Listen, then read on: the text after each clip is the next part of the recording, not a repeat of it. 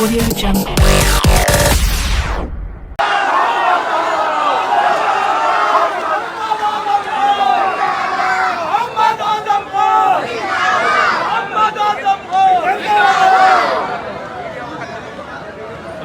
عزیزان محترم،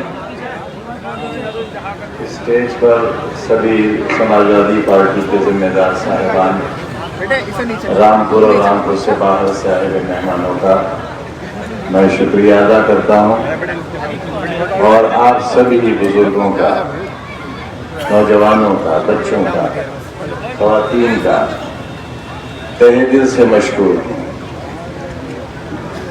بہت لمبی مدت کے بعد میں آپ کے بیچ ہوں۔ ابھی عادت نہیں پڑی ہے اتنی بہت سی روشنی، تقریباً 27 مہینوں تک ایک ایسے اندھیرے ماحول میں رہا ہوں کہ رات کا تصور بھی ڈرا دیتا ہے۔ یہ ہمت کہاں سے ملی اور اتنا لمبا عرصہ آپ سے جدا ہو کر کیسے گزرا؟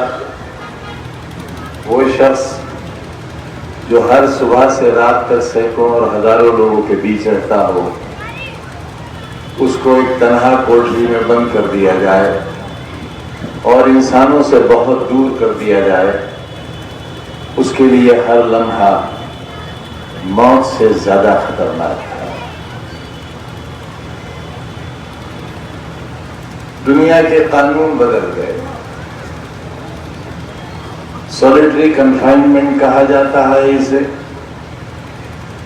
کسی مجرم کو، سنگین مجرم کو دنیا کی کسی عدالت میں 3 مہینے سے زیادہ تنہائی میں نہیں رکھا جا سکتا، اور یہ قانون اس وقت بنا جب تنہائی میں رہنے والے لوگوں نے اپنی جیلوں سے نکل کر بڑے بڑے سیاستدانوں نے، جس میں نیلسن منڈیلا کا بھی نام آتا ہے، انہوں نے تنہا جیل کے تجربات لکھے۔ اس کے بعد دنیا کی سب سے مہذب قوم کہلانے والی نام نہاد امریکہ اور برطانیہ تک نے اس قانون کو بدل دیا، اور یہ قانون بنا کہ چاہے مجرم کتنا ہی سنگین کیوں جرم کیے ہوئے نہ ہو اور کتنی ہی بڑی سزا کیوں نہ ہو، اسے 3 مہینے سے زیادہ تنہا نہیں رکھا جا سکتا۔ لیکن دنیا کے قوانین ایک طرف،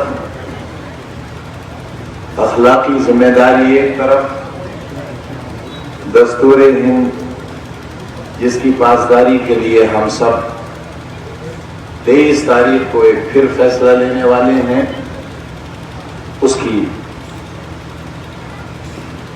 ذرا بھی پاسداری نہیں کی گئی، اور حفاظت کے نام پر، سیکورٹی کے نام پر، یہ کہتے ہوئے کہ مجھے کوئی مار نہ دے، اس لیے مجھے اتی سرکشا کے نام پر اکیلی کوٹری میں رکھ دیا گیا۔ یہ تکلیفیں کیوں ملی مجھے؟ یہ میرا امتحان نہیں تھا، میرے کیے ہوئے کی سزا تھی۔ میں نے وہ سب کیوں کیا جو آج کے سیاستدان نہیں کرتے؟ وہ اس محلے کو جو کیسا تھا اسے ایسا بنا دیا۔ کرم تو اس کا تھا، لیکن ذریعہ کوئی تو بنے گا۔ یہ شہر جو تحصیل اور دیہات سے بدتر تھا، یقیناً نوابوں کا شہر تھا، لیکن نوابوں کے لیے تھا، غلاموں کے لیے نہیں تھا۔ کل کا نواب جب قلعے کے میدان میں اپنے داماد کو لے کر آتا تھا اور یہ کہتا تھا کہ رامپور والوں، نوجوانوں میں یہ تمہیں اس لیے سنا رہا ہوں کہ برسوں سے میں نے تمہیں یہ باتیں نہیں سنی ہیں، اور کہیں ایسا نہ ہو آپ کے بزرگ بھول گئے ہوں ان ساری چیزوں کو۔ نواب قلعے کے میدان میں اپنے داماد راجہ پیر پور کو لے کر آئے اور کہا کہ رامپور والوں، میں نے تمہارے داماد کو کھڑا کر دیا ہے۔ رامپور کے لوگوں نے رونا شروع کر دیا کہ دیکھو نواب پر آج کتنا بڑا وقت آیا ہے کہ ہم سے بھیک مانگنے کے لیے آیا ہے۔ وہ 1952 میں بھی بھیک مانگا ہی تھا۔ یہ الگ بات کہ غلاموں نے اپنی طاقت کو اس وقت نہیں سمجھا۔ 5 سال کے بعد وہی راجہ پیر پور جو ایک بار پرچہ بھرنے کے بعد 5 سال تک لوٹا نہیں رامپور، دوبارہ آتا ہے اور اسی طرح رامپور کا نواب اپنے غلاموں سے انہیں ووٹ دینے کی کا حکم دیتا ہے اور پھر ووٹ دیتا ہے۔ نوجوانوں، آپ نے نہیں دیکھا وہ منظر جب ولیز جیپ آیا کرتی تھی، اس کی سیٹوں پر سفید کور چڑھے ہوتے تھے جن پر داغ نہیں ہوتا اور اس کی اگلی سیٹ پر ڈرائیور کے برابر نواب زادہ ذوالفقار علی خان، جن کی اولادیں اپنے آپ کو نواب لکھتی ہیں، جو 3000 ووٹ پاتے ہیں۔ اس سے زیادہ تو رامپور میں ہجڑے ہوں گے جتنا ووٹ نہیں ملا ہے۔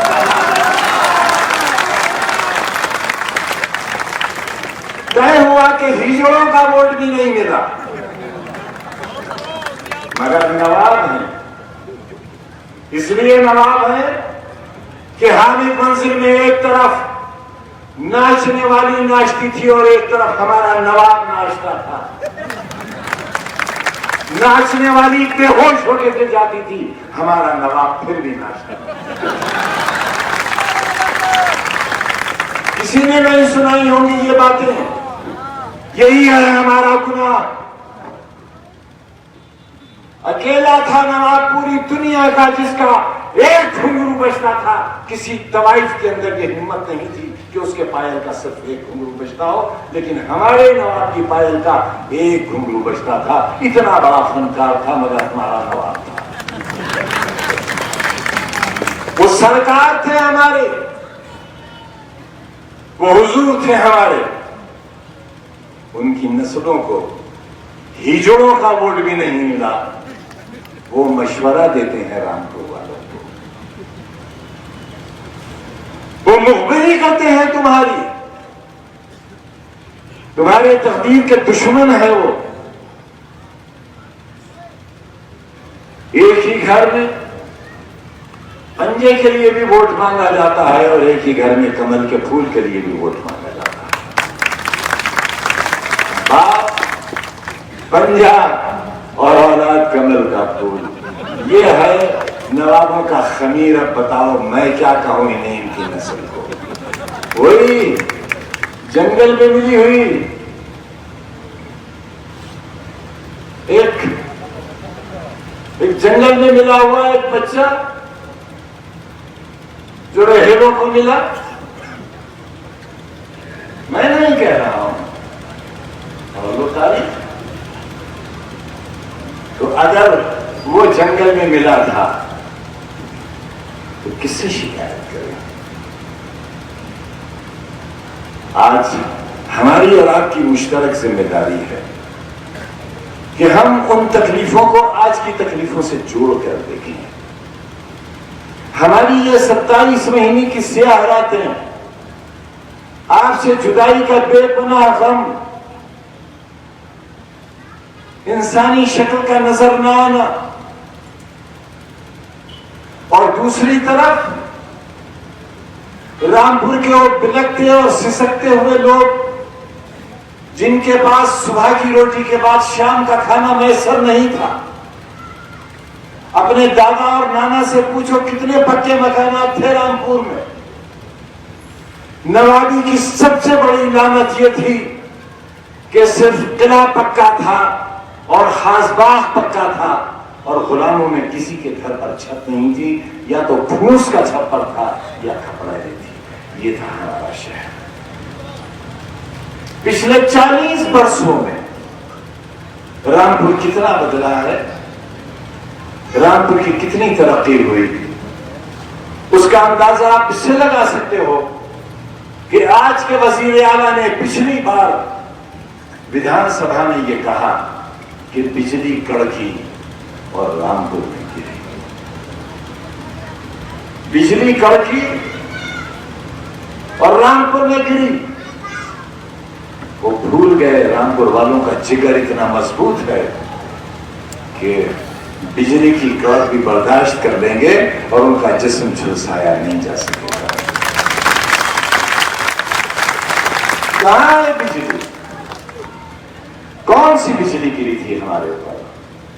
سارا دن شہر اندھیرا ہے، ساری رات شہر اندھیرا ہے۔ مجھ پر تو اثر یوں نہیں پڑتا کہ میرے جسم سے احساس ہی ختم ہو گیا گرمی کا۔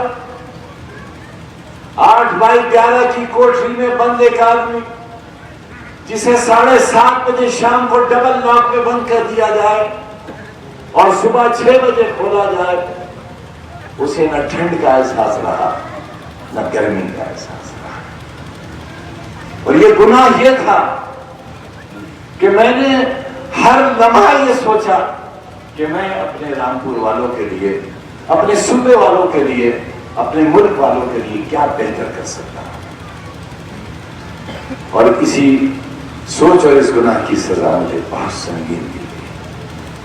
اور ابھی تو میں ضمانت پر بری نہیں ہوا، میرے پر اور میرے اپنوں پر سینکڑوں ہزاروں مقدمے۔ مرغی چوری کا نہیں ہے، مرغی ڈکیتی کا مقدمہ ہے۔ جو دفعات لگائی گئی ہیں وہ ڈکیتی کی ہیں، چوری کی نہیں۔ ہمارے مخالف نے ہمارا معیار بہت ہلکا رکھا، کتابوں کی چوری، فرنیچر کی چوری۔ ارے مقدمہ ہی لکھوانا تھا تو کم سے کم تاج محل اور قطب مینار کی چوری کا لکھواتے۔ اچھا،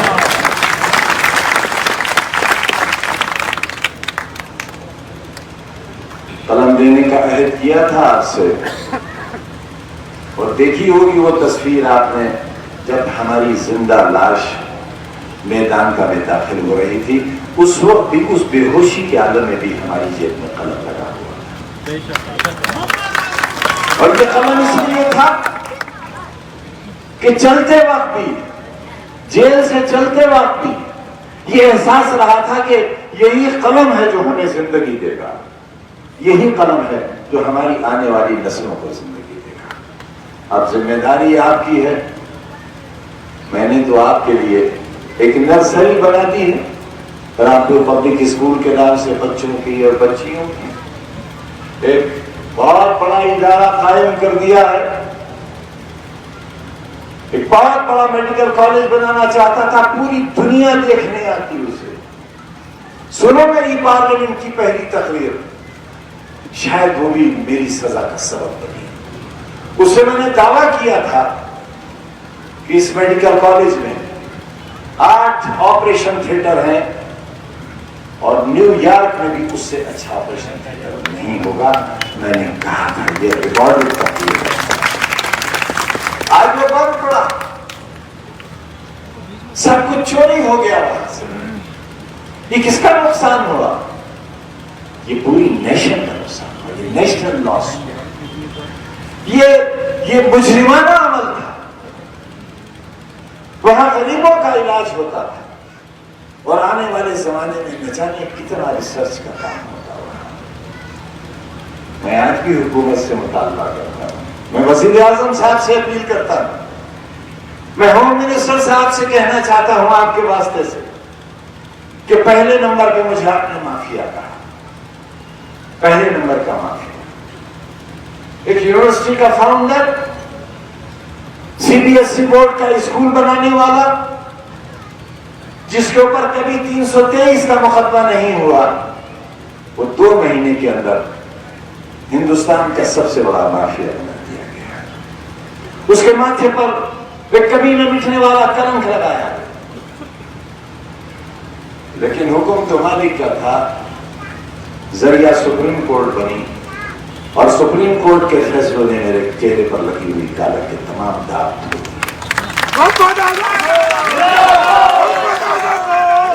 اور یہ ثابت کر دیا عدالت عظمیٰ نے یہ ثابت کر دیا.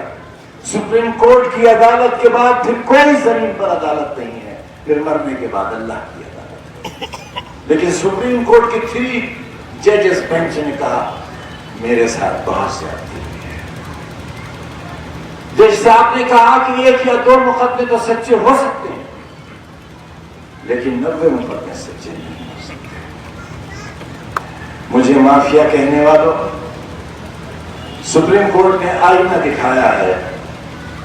اب مجھ پر اور جو بچے ہوئے ظلم ہوں وہ اس لیے نہیں کر سکو گے کہ اب شاید نہ تم میں ظلم کرنے کی اور سخت باقی رہے گی اور شاید میرے اندر برداشت کی سخت باقی نہیں ہوگی. دوستو یاد رکھنا، کرم کی انتہا ہوتی ہے لیکن ظلم کی کبھی انتہا نہیں ہوتی. کرم کی کیا انتہا ہے؟ کسی 302 کے ملزم کو پھانسی کا حکم پہنچ جائے. راشٹرپتی کو یہ ادھیکار ہے کہ اسے معاف کر دے. 302 کے مجرم کو معاف کر دیا جائے گا اور وہ آزاد زندگی گزارے گا.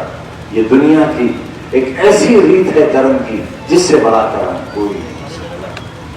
لیکن ظلم، ایک انگلی کاٹ کر پھینک دی جائے، دوسری کاٹ کر پھینک دی جائے، ہاتھ کاٹ کر پھینک دیا جائے، تڑپ تڑپ کر مرنے کے لیے مہینوں اور برسوں مجبور کیا جائے، ایسا ہی کچھ طریقہ ہمارے ساتھ اختیار کیا گیا. اور یہ ثابت کرتا ہے کہ کرم کی انتہا ہوتی ہے لیکن ظلم کی کبھی انتہا نہیں ہوتی. ظلم کا کوئی معیار نہیں. 23 تاریخ کو ہمارا سامنے کا مقابلہ ہے، آمنے سامنے. میرا حق بنتا ہے، میری 1 رات کی اجرت ہوگی ووٹ. میں اپنے اللہ کو حاضر ناظر جان کر کہتا ہوں کہ میری 1 رات کی تکلیف اجرت ہوگی 23 تاریخ کو تمہارا. صرف 1 رات کی تکلیف کی اجرت. مجھے اپنی اجرت چاہیے. آپ کے اس خادم کو مزدوری چاہیے. اپنی محنت کی 1 رات کے ظلم کی اجرت اور مزدوری چاہیے. 23 تاریخ کو آصف راجہ کے لیے نہ کوئی ماں، نہ کوئی بہن، نہ کوئی بیٹی، نہ کوئی بزرگ، نہ کوئی جوان گھر میں نہیں رہے گا. چاہے سورج 1.25 نیزے پر کیوں نہ آ جائے لیکن ووٹ پڑے گا. انقلاب، انقلاب، آصف راجہ، سماجوادی پارٹی، انقلاب، انقلاب.